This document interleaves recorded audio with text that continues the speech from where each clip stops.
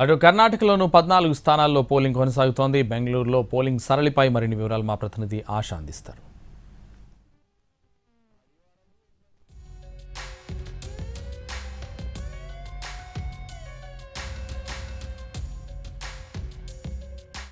కర్ణాటక వ్యాప్తంగా లోకసభ ఎన్నికలు రెండవ ఫేజ్లో పోలింగ్ కొనసాగుతూ ఉంది. ప్రస్తుతానికి మనమైతే ఇక్కడ కుందనహల్లి ప్రాంతంలో ఉన్నాం. ఇప్పటికే ఓటర్లందరూ కూడా తమ ఓటు హక్కు వినియోగించుకోవడానికి ఇక్కడికి వచ్చినట్లుగా తెలుస్తోంది.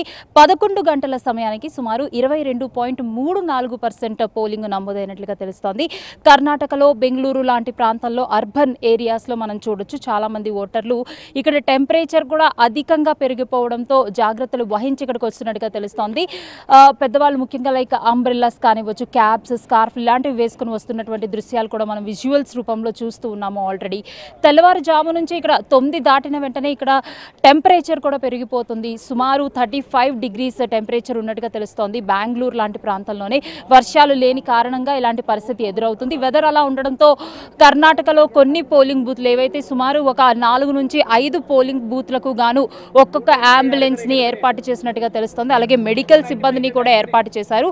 కొన్ని కేంద్రాల వద్ద మెడికల్ సిబ్బందితో పాటు అంబులెన్స్లు ఏర్పాటు చేసి తక్షణమే జాగ్రత్తలు వహిస్తున్నట్టుగా తెలుస్తోంది. ఇక్కడ క్లియర్గా మనం చూడొచ్చు, విజువల్స్లో కూడా మనం చూడొచ్చు. ప్రతి ఒక్కరు కూడా తమ ఓటు హక్కును వినియోగించుకోవడానికి ఇప్పుడు సుమారు 22.34% వరకు పోలింగ్ అయితే నమోదైనట్టుగా తెలుస్తోంది. సో ఇది ఇక్కడ బెంగళూరు ప్రాంతంలో ఉన్నటువంటి ప్రస్తుత పరిస్థితి. ఇక్కడ నుంచి మరొక ప్రాంతానికి వెళ్దాం. అక్కడ పోలింగ్ పర్సెంటేజ్ అలాగే పోలింగ్ బూత్ వద్ద పరిస్థితి ఎలా ఉంది అనేది చూద్దాం. With camera person Sridhar.